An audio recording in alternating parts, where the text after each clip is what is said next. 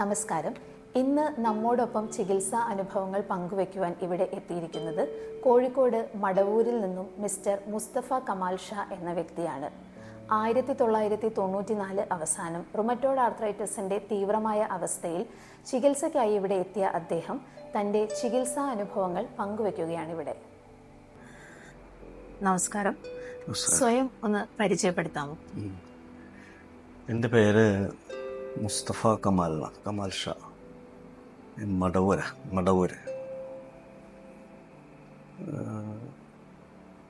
എനിക്കിപ്പോൾ വയസ്സ് 59. ഇപ്പം ഞാൻ നാട്ടിൽ തന്നെയാണ് വർക്ക് ചെയ്യുന്നത്. കുറച്ച് കാലം ഗൾഫിലായിരുന്നു. ഇവിടുത്തെ ട്രീറ്റ്മെൻറ്റ് കഴിഞ്ഞതിന് ശേഷം കുറച്ച് ഗൾഫിലായിരുന്നു, ഒരു 10-17 വർഷം. പിന്നെ ഇപ്പം ഞാൻ നാട്ടിൽ സെറ്റിൽമെൻറ്റിലാണ്. റുമറ്റോയ്ഡ് ആർത്രൈറ്റിസിന്റെ ചികിത്സയ്ക്ക് വേണ്ടിയാണ് താങ്കൾ ആദ്യമായി ആയുർവേദത്തിൽ വരുന്നത്. രോഗം തുടങ്ങിയ കാലം മുതൽ ആയുർവേദ ചികിത്സയിലേക്ക് വരുന്നത് വരെയുള്ള ഒരു അനുഭവവും രോഗത്തിന്റെ തീവ്രതയും പങ്കുവയ്ക്കാമോ? 94 ലാസ്റ്റിലാണ് ഞാൻ ഇവിടെ എത്തിപ്പെടുന്നത്. 94 ഫസ്റ്റിലാണ് എനിക്ക് സ്റ്റാർട്ടിങ് ഉണ്ടായത്. അത് ആദ്യമായിട്ട് എനിക്കൊരു കഠിനമായൊരു പനി വന്നതാണ്. പനി വന്നപ്പോൾ നമ്മളെ നാട്ടിലുള്ള ഡോക്ടർമാരൊക്കെ കാണിച്ച് അതിനുള്ളൊരു മെഡിസിനൊക്കെ കഴിച്ച് പനി സുഖമാകുമെന്ന് വിചാരിച്ചു. പക്ഷെ സുഖമായില്ല. പിന്നെ ഈ പനി ഇങ്ങനെ കൂടി വരാൻ തുടങ്ങി. ഇതിൻ്റെ കാഠിന്യം അത്രയും ഒരു 5-6 ബെഡ്ഷീറ്റ് ഇട്ട് പുതപ്പിക്കലുണ്ട്. അത്രയും വിറയുള്ള ഒരു പനിയാണ് എനിക്ക് വന്നിരുന്നത്. അങ്ങനെ നമ്മൾ കോഴിക്കോടുള്ള ഏറ്റവും പ്രധാനപ്പെട്ട ഒരു ഡോക്ടറെ അടുത്ത് പോയി. CK രാമചന്ദ്രൻ സാറാണ്. അയാളുടെ ട്രീറ്റ്മെൻറ്റാണ് ഫസ്റ്റ് തന്നെ തുടങ്ങിയത്. നാട്ടിൽ കാണിച്ചതിന് ശേഷം പിന്നെ അതിൽ നിന്ന് ഒരു മോചനം കാണാത്തത് കൊണ്ട് പിന്നെ ഈ കോഴിക്കോട് വന്ന് റൂട്ടിലായിരുന്നു ആ ഡോക്ടർ ട്രീറ്റ്മെൻറ്റിൽ കുറേ നിന്ന് പിന്നെ അവിടെ നിന്ന് ഡോക്ടറിന് ഒരു ഹോസ്പിറ്റലിൽ കോഴിക്കോട് വെച്ച് ഏറ്റവും വലിയ ഒരു ഹോസ്പിറ്റലുണ്ട്, അവിടേക്ക് തന്നെ അഡ്മിറ്റിനാക്കി തന്നു. അവിടെ ഞാനൊരു 2 മാസം അവിടെ ഞാൻ ട്രീറ്റ്മെൻറ്റ് ചെയ്തിട്ടുണ്ട്.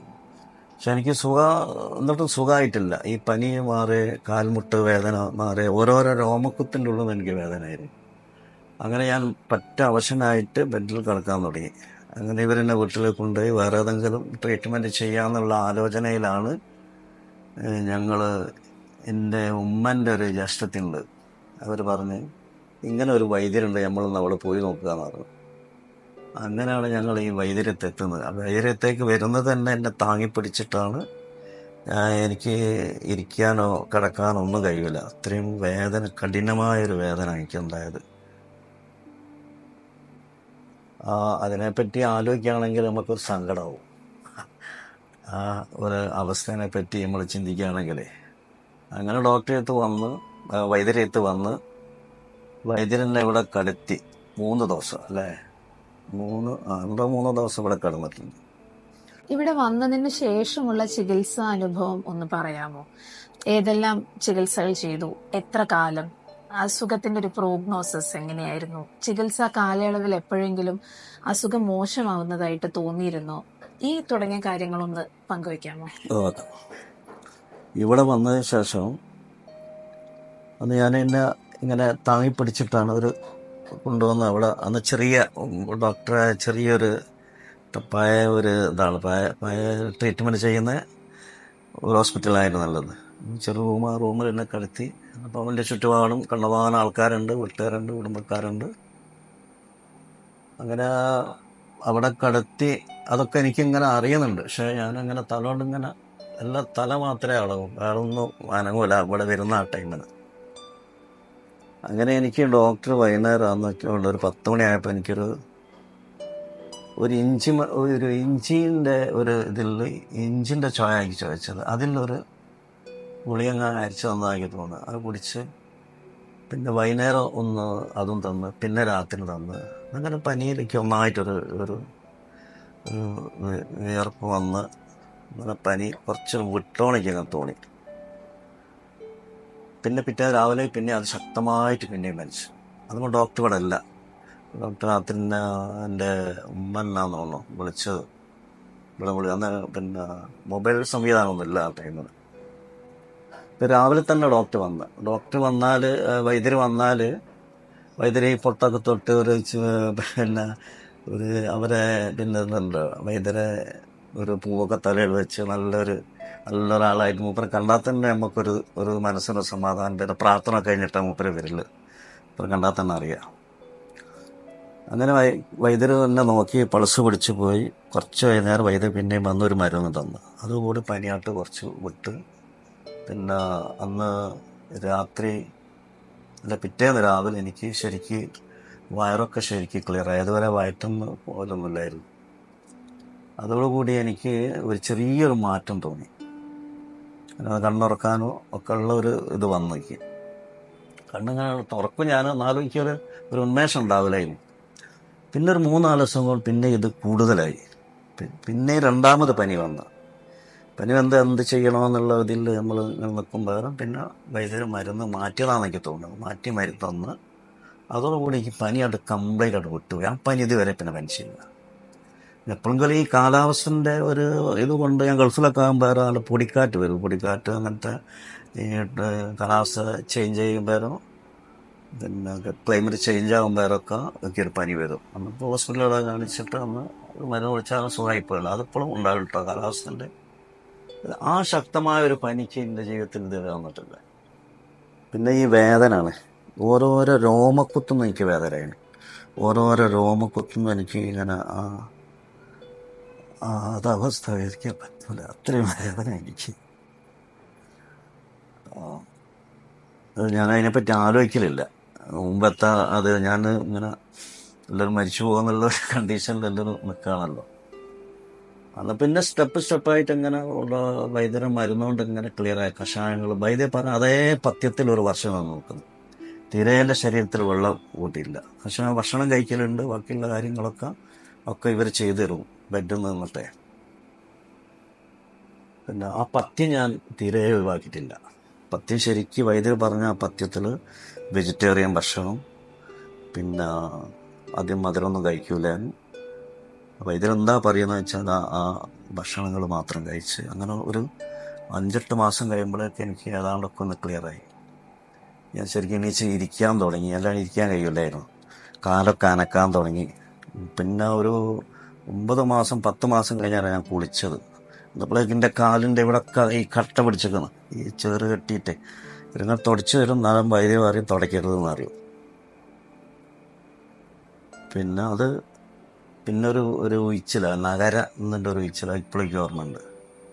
അപ്പോൾ വൈദ്യർ വളരെയധികം ആത്മാർത്ഥമായിട്ട് ഒരു സ്വന്തം ഒരു രോഗിനെ പോലല്ല എന്നോട് അന്ന് പെരുമാറിയതും. രോഗിയാണ് എന്നുള്ളത് വൈദ്യർ വിചാരിച്ചില്ല. ഒരു സ്വന്തം അനിയനെ അല്ല സ്വന്തം മകനെ പോലെ കണ്ടിട്ട് അത്രയും. അയാൾ ചെറുപ്പമാണല്ലോ, എൻ്റെ ഭാര്യയുണ്ട്, 2 കുട്ടികളുണ്ട്. വൈദ്യർക്ക് എന്നെ കാണുമ്പോൾ വല്ലാത്തൊരവസ്ഥയായിരുന്നു. ചുരുക്കി പറയുകയാണെങ്കിൽ അത് ആ നഗരൊഴിച്ചിലോട് കൂടി എൻ്റെ കൈ ഇങ്ങനെ ആയിരുന്നു. പിന്നെ കൈ ഇങ്ങനെ പൊന്താൻ വന്നു.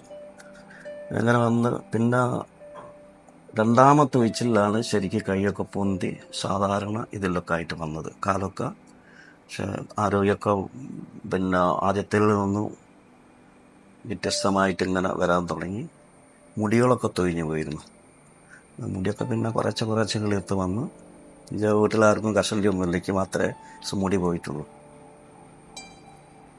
പിന്നെ ഞങ്ങളത് 2-2.5 വർഷം കണ്ടിന്യൂ മരുന്ന് കുടിച്ചിട്ടുണ്ട്. ആ കഷായം പറഞ്ഞ പോലെ കുടിച്ചിട്ടുണ്ട്. പിന്നെ വൈദ്യർ നിർത്താൻ പറഞ്ഞ് നിർത്തി. വൈദ്യർ പറഞ്ഞ ശേഷം ഞങ്ങളൊക്കെ ക്ലിയർ. പിന്നെ രണ്ടാമത് ഓരോരോ വർഷം ഓരോരോ ഒഴിച്ച് ഇങ്ങനെ ചെയ്യും. അതോടുകൂടി ഞാൻ ആരോഗ്യത്തോട് കൂടിയിട്ടുണ്ട് ഞാൻ തിരിച്ചു വന്നത്. അതുവരെ ഞാൻ തിരിച്ചു വരുമെന്ന് വിചാരിച്ചിട്ടില്ല അതിനാരും. പിന്നെ എൻ്റെ ശേഷം എനിക്ക് 2 കുട്ടികളുണ്ടായി. അവർക്ക് അങ്ങനത്തെ ബുദ്ധിമുട്ടൊന്നും അവർക്കൊന്നുമില്ല.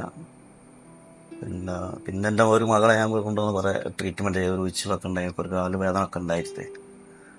അപ്പോൾ ഈ മരുന്നുകൊണ്ടാണ് ശരിക്കും ഞാനൊന്ന് എണീച്ച് പോയതെന്ന് പറയാം. എന്തുകൊണ്ട് ആർത്രൈറ്റിസ് ചികിത്സയിൽ ആയുർവേദം എന്നുള്ളതിന് താങ്കളുടെ അനുഭവത്തെ മുൻനിർത്തിയിട്ടൊരു അഭിപ്രായം പറയാമോ? ആയുർവേദം എന്നെ സംബന്ധിച്ച് ഞാൻ പറയുകയാണെങ്കിൽ അത് വളരെ നല്ലൊരു ട്രീറ്റ്മെൻറ്റാണ്. പക്ഷേ ഈ കാലഘട്ടത്തിൽ ആളുകൾക്ക് വൈദ്യരെന്താണോ പറയുന്നത് അതുപോലെ നിൽക്കാൻ ആൾക്കാർ അതിന് സമയമല്ല, അതിന് ഇല്ല എന്ന് പറഞ്ഞിട്ട് അതിൽ നിന്ന് ഒഴിവാകണം.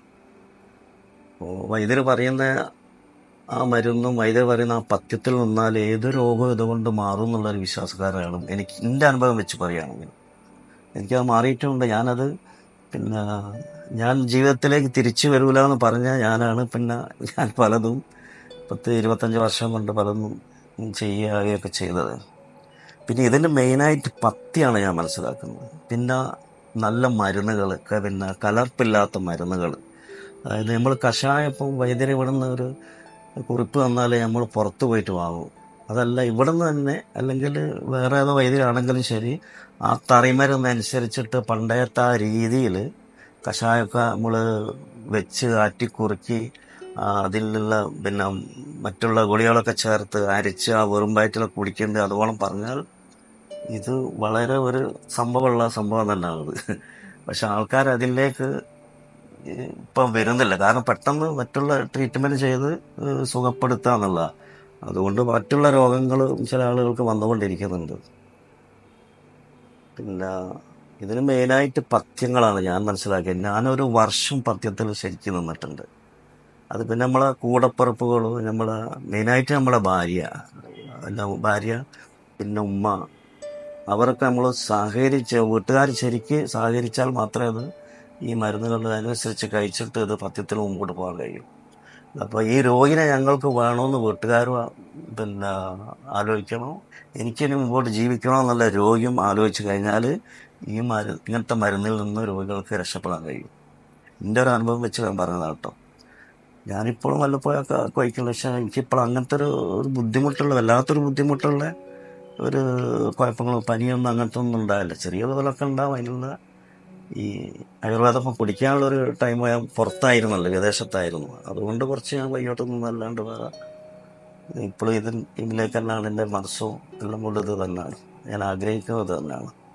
ആയുർവേദം എന്ന ചികിത്സാ സമ്പ്രദായം ഇപ്പോൾ നേരിട്ടുകൊണ്ടിരിക്കുന്ന നെഗറ്റീവ് പ്രചരണങ്ങളെ കുറിച്ച് ഇതിന്റെ ഒരു ഗുണഭോക്താവ് എന്ന രീതിയിൽ താങ്കളുടെ അഭിപ്രായം എന്താണ്? ഈ ആയുർവേദ ചികിത്സ എൻ്റെ അനുഭവം വെച്ച് പറയുകയാണെങ്കിൽ ആയുർവേദ ചികിത്സയാണ് ഏറ്റവും നല്ല ഒരു ചികിത്സ.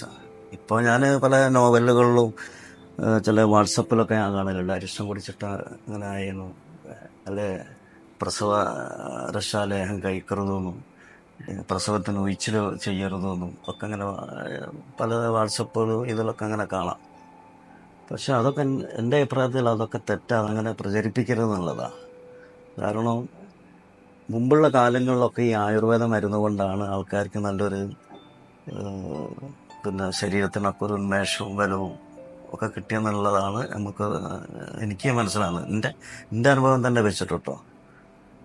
പിന്നെ ഈ മഴക്കാലമൊക്കെ ആയാലും ഈ നമ്മൾ കോയമ്പ് കിട്ടി നല്ലോണം ഉയ്യല്ലോ, ഉയിച്ചില്. പിന്നെ അതുകൊണ്ട് ഈ മഴക്കാലത്ത് പ്രത്യേക ഭക്ഷണം ഉണ്ടാവും. അതൊക്കെ കഴിച്ചാൽ ആ മനുഷ്യന് ആരോഗ്യവും അതിനുള്ള ഒരു പുഷ്ടിയും കൂടുക ചെയ്യുക. പക്ഷെ ഇംഗ്ലീഷ് മരുന്ന് പിന്നെ അത് കുടിക്കുമ്പോൾ അങ്ങ് സുഖമായി പോകുന്നില്ല, അതിന് വേറെ പിന്നെ സൈഡ് എഫക്റ്റ് ഒക്കെ വരാനുള്ള ചാൻസുകളുണ്ട്. എന്നാലും ആളുകൾ അതിലേക്കാണ് കൂടുതലും പോകുന്നത്. അതുകൊണ്ടാണ് പെട്ടെന്ന് ഇപ്പോഴുള്ള ആളുകൾ പെട്ടെന്ന് മരിച്ചു പോകുന്നുണ്ട്. അതൊക്കെ ആലോചിക്കുകയാണെങ്കിൽ ആൾക്കാരൊക്കെ പണ്ടത്തെ ആ ഭക്ഷണ രീതിയിലേക്കും പണ്ടത്തെ മുമ്പുള്ള ആ പിന്നെ ഈ ആയുർവേദ ട്രീറ്റ്മെൻറ്റിലേക്കൊക്കെ ആൾക്കാർ ഇങ്ങനെ വന്നുകൊണ്ടിരിക്കും. പക്ഷെ ആൾക്കാർക്ക് അതിന് സമയം കിട്ടുന്നില്ല, അതിനെപ്പറ്റി ആൾക്കാർ ചിന്തിക്കുന്നില്ല എന്നുള്ളതാണ്. എൻ്റെ അനുഭവത്തിൽ എനിക്ക് വളരെയധികം ഇതുണ്ടായിട്ടുള്ള സംഭവമാണത്. അത്രയും വളരെ ബുദ്ധിമുട്ടുള്ള ഒരു സ്റ്റേജിൽ നിന്നാണ് ഞാൻ ഈ അവസ്ഥയിലേക്ക് എത്തിപ്പെട്ടത്. പിന്നെ പ്രാർത്ഥന കാര്യങ്ങൾ ഇതൊക്കെ അതുകൊണ്ട് അതിനൊക്കെ ചെയ്യുന്ന വൈദ്യരും അതൊക്കെ അതിനൊക്കെ പറ്റിയ ആളാണല്ലോ, എല്ലാം ചെയ്യുന്ന ആളുമാണല്ലോ. അപ്പോൾ നമ്മൾ വൈദ്യർ പറയുമ്പോൾ തന്നെ ഏത് മരുന്നാണോ ആയുർവേദം നമ്മൾ കുടിക്കുന്നത് അവർ പറയുമ്പോൾ നിന്നാൽ ഈ ആയുർവേദം കൊണ്ട് നമുക്ക് ഗുണമെന്നല്ലാണ്ട് ദോഷം വരില്ല.